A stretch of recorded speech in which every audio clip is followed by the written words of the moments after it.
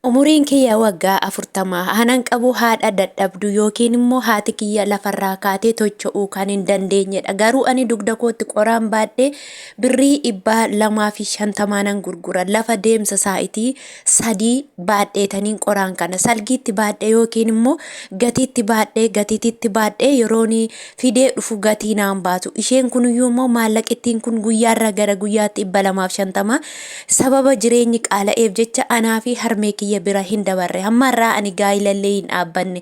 Sababa ani gaa'ila hin dhaabbanne kana hundumaallee sababani harmee kiyya dadhabuu obbiraa qabuufidha. Haadha kiyya akkam godheen biraan deema jedheeni filannoon koo kana ta'ee jenna. Hojii biraa hin qabduu jedhaniitu immoo gaafatu jechuudha. Wanta baay'ee tokko dhugaa waaqa biyya lafaa kanarra wanti garaa na hadheesse wanti onnee kiyya na tarsaase akka kana argeen beeku jechuudha. Nagaan isiniif haa baay'atu hordoftootaa fi jaallatamtoota kabajamtoota maamiloota kiyya. Egaa akkuma argitanii obboleessa keenya kana jechuudha kan akka dubartiitti. Dubartiitu dugdatti baata ture.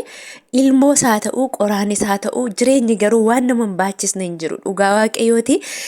Takka takka yeroo itti yaadanii ilaalanii akkuma nuti amma mana namaa gola namaa keessa deemne waan jireenya keenya boruuf kaayyoo keenya boruuf jennee waan inni jenne hin qabnu jechuudha.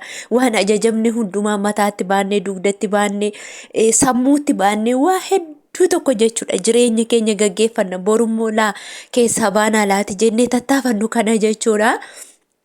Dhugaa dubbachuuf akka kana onnee kiyya na cabseen jiru. Nama suura isaa argitan kana qoraan baatee nama lafa deemsa sa'itii 3 deemee qoraan gurguree jiraatu jechuudha. Godina Baalee keessatti argama jedhee BBC itti hima jechuudha. Dhugaa waaqayyooti. Guyyaa eengaddaan Facebook irratti yeroon arge dafee akka nama yeroo ajjeesan lubbuu namaa baasan sana anin ilaaluu danda'een jechuudha. Viidiyoo liphi go'een irra dabarsa. Akkuma kanan irra dabarse jechuudha. Isa kanaatiin ilaaluun sodaadhe. Amma yeroo inni seenaa isaa himatu jechuudha. Dhagahee Kiristoos jechuun jireenya keenya natti mul'ise dhugaa waaqayyooti. Maaf jireenya keessaa ati kan ati filatte jireenya hojii hojjetamu lafa kana irraati maaliif qoraan dugdatti baachuu filatte yeroo jedhani waanuma hojjetan hojiin takkaallee hin jirtu.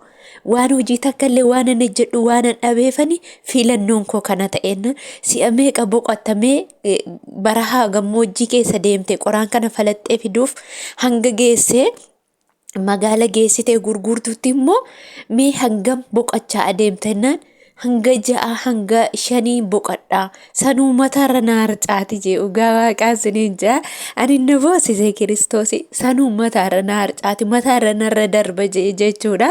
Dhugaa namoota baay'eetu chaalenjii akka kanaa keessa jiraata jechuudha. Harmeen keenya illee akkasumadha. Garuu dubartiin haa ta'u dugdatti haa baattu irraa bareeda jedhama malee jechuudha. Miidhaa dubartoonni illee haadholiin keenya illee biyya keenya xunuun guddisuudhaaf jecha aarsaa haati keenya nuuf kaffalan abbaan namaaf kaffalu akka kana jechuudha. Inna nuti illee jechuudha akkasuma biyya namaa keessatti waa baay'ee baannee jechuudha. Jecha namaa baannee hojii namaallee dandeenyee baannee waa hedduu baannee jechuudha. Mata jechuun boqadhu hamma baay'ee boqadhu mataarra na darba sanni jee irratti jechuudha. Kiristoos takka yeroon itti ilaalu jechuudha.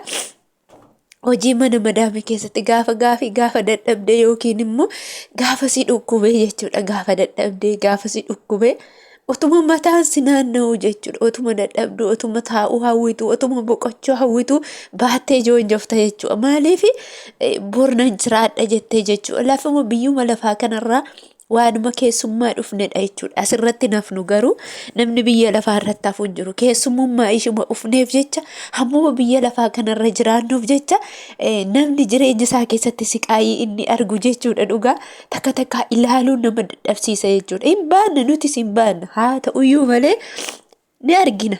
Haa arginuyyuu malee jechuudha. Wanta akka kana onnee nama cabsuu hin jiru jechuudha. Dhugaa waaqaati. Namni tokko har'anaa Umuriin isaa nama waggaa 40 garuu suuraa isaa irra yeroo argitan nama waggaa 50 fakkaata jechuudha. Nyaata gahaa dhabee dhugaatii gahaa dhabee akka nama tokkootti otoo uffatee too hidhatee kuni dargaggeessa iitee cabsaa ta'a jechuudha. Garuu carraan isaa kana ta'eetiin har'a haadha isaaf jecha immoo haadha koof jecha eessatti ishee dhiisee deemaree je'ee ishuma nyaachisee jiraachisa je'eetanii kana baadhee adeemu. Inni kuniyyuu irraanuu nafu je'e inni kunuu wanti irraanuu hafuu hin jiru.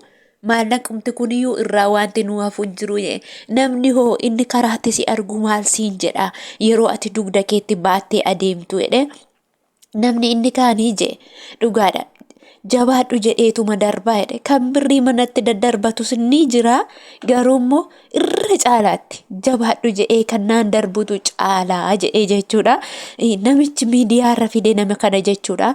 Namichi obboleessa kana viidiyoo isaa waraabee namicha kana fide dhugaa rabbiiti. Waaqayyo rabbiin iddoo jirutti nagaa isaa fi haalaatu guyyootuma kana gidduutti jechuudha. Obboleessi kuni maal barbaada reemee uummatarraa maal feeta maal ati feetu maal hojjettuu feeta gaafa jedhu gaarii fa hojjechuu fedha jedhe dhugaa waaqa humna dhagaa jechuun hin qaanfata ani kan inni kaan maal hawa inni kaan ani mana guddaan hawa ani makiinaan hawa jedhamiti gaarii mafaan fe'a jedhe jechuudha.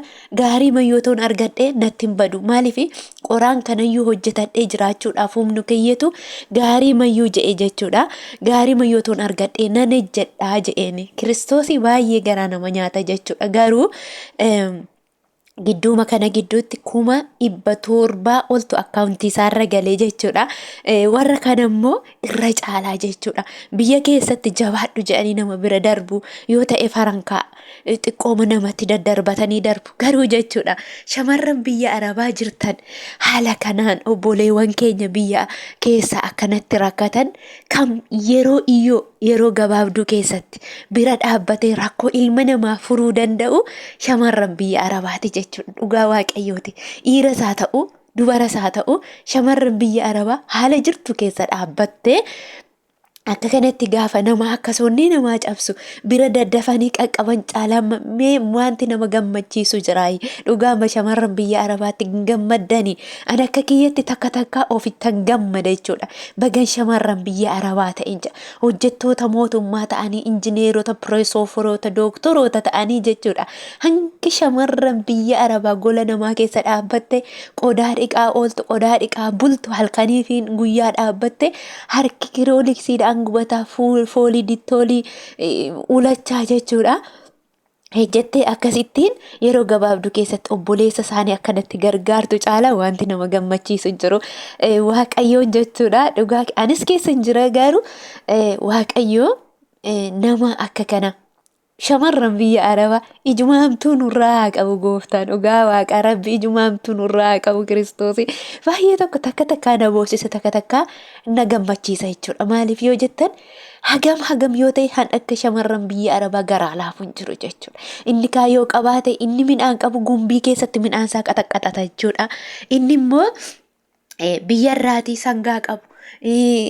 Bakka ameeyyi waa hunda qabu dallaasaa keessatti qacaqacata yookiin qusata jechuudha. Garuu shamarran biyya Arabaa waan keessa darbite gola namaa argite mana namaa argite eebuus argite beeluu dadhabbii argite boqonnaa waa hedduu argitee jirti jechuudha. Kanaafuu shamarran biyya Arabaa garaa laafeetti dhugaa haadhaaf garaa laafti halagaaf biraa garaa laafti.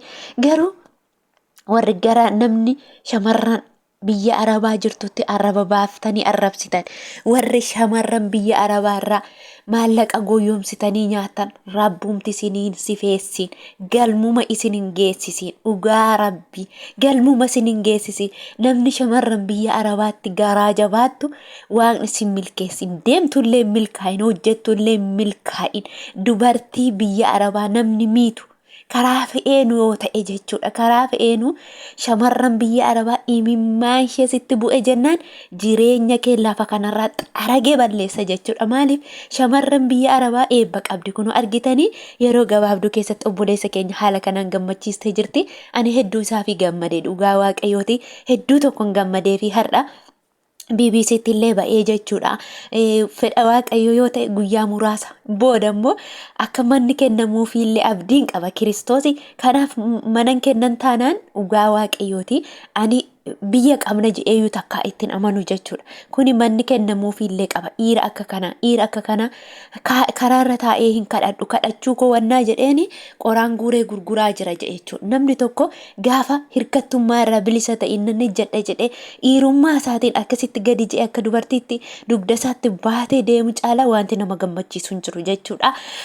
Isiniin jedhe hordoftoota kiyya baay'ee tokko abdii natti horee baay'ee tokkos garaa koo nama cabbacee dubbachuun bakka akkam akka nago illee hin beeku. Isiniin jedha namni abdii kuttan borum akka wanti nuu ta'u hin beeknutis boru keessaa baanee jechuudha. Dhugaa waaqayyo jireenya mana namaa keessa waaqeffata go'ee nu baasa jechuudha.